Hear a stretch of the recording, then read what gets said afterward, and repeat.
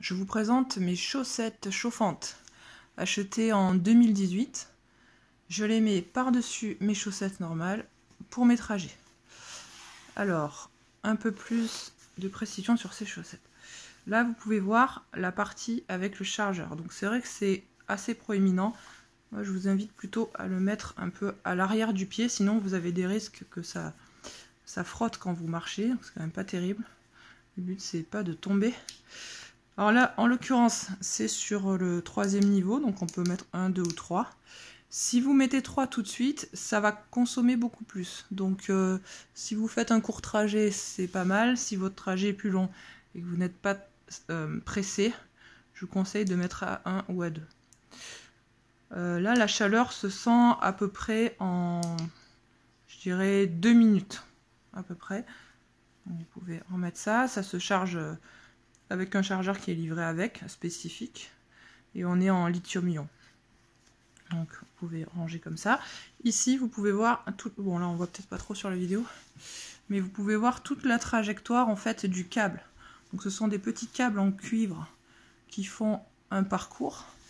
Moi je suis concernée par le syndrome de Raynaud, c'est-à-dire les extrémités qui sont très froides. Donc là, même là j'ai les orteils encore froids. Et pour choisir une chaussette chauffante convenable pour le syndrome de Raynaud, l'idée c'est de bien vérifier le parcours du câble. C'est-à-dire que bon, bah, si ça s'arrête, je sais pas moi, au talon ou ici, ça vaut pas vraiment le coup. Le but, c'est que la chauffe soit concentrée ici.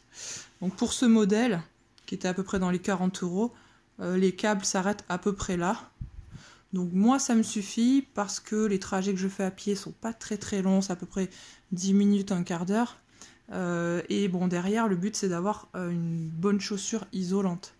Donc là, vous avez par exemple les kickers, quand même bien fermés en cuir, ou alors par les grands froids vous avez les super chaussures de montagne. Bon là en l'occurrence c'est des chaussures légères, mais toute la partie devant est bien isolée, bien imperméable.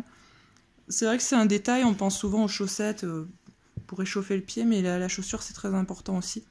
Si elle n'est pas imperméable, honnêtement ça vaut le coup de prendre quelque chose comme ça qui vous permet en fait d'imperméabiliser tout ça avec une diffusion. Et puis ça vous permet tout simplement d'éviter l'humidité. Si vous avez de l'humidité dans le pied, vous avez l'effet inverse, vous allez avoir froid au pied. Donc, ça serait quand même dommage. Cette paire-là est moyennement épaisse, il y en a des plus fines, il y en a des plus épaisses. Là c'est typiquement un moyen de gamme. On a un temps de charge à peu près de 2 heures. On peut la charger plus si besoin, mais en 2 heures c'est clairement rechargé. Et ça libère de la chaleur à peu près pendant 3 heures. Après, si vous voulez utiliser des chaussettes classiques mais quand même plus chaudes, vous pouvez mettre aussi deux paires de chaussettes, dont une paire comme ça par-dessus. Donc ici c'est du polyester. Après, si vous avez tendance à la transpiration des pieds, c'est pas top, ou alors vous l'utilisez vraiment que en surchaussette. Également, ces chaussettes-là très courtes en fait pour la nuit. Donc là, ça s'arrête vraiment à la base du talon. Et on a un élastique très léger, parce qu'il ne faut surtout pas faire couper la circulation, sinon là,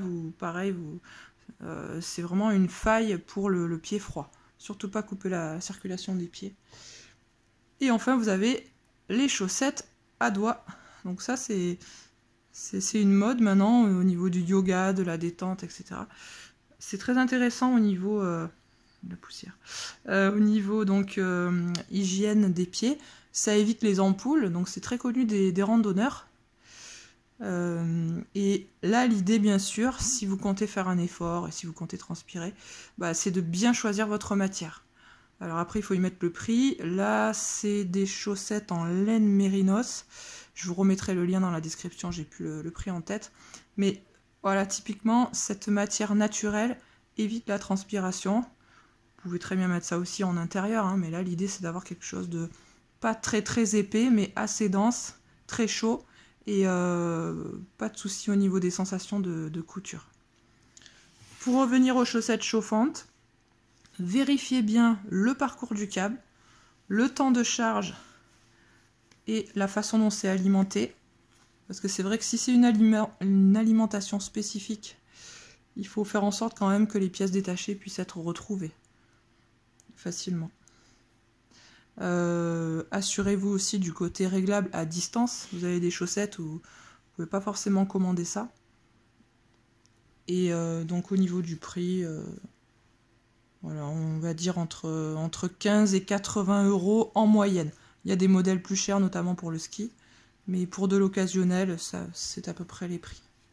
Vous pouvez retrouver d'autres accessoires pour lutter contre le froid et le syndrome de Raynaud dans la description de la vidéo.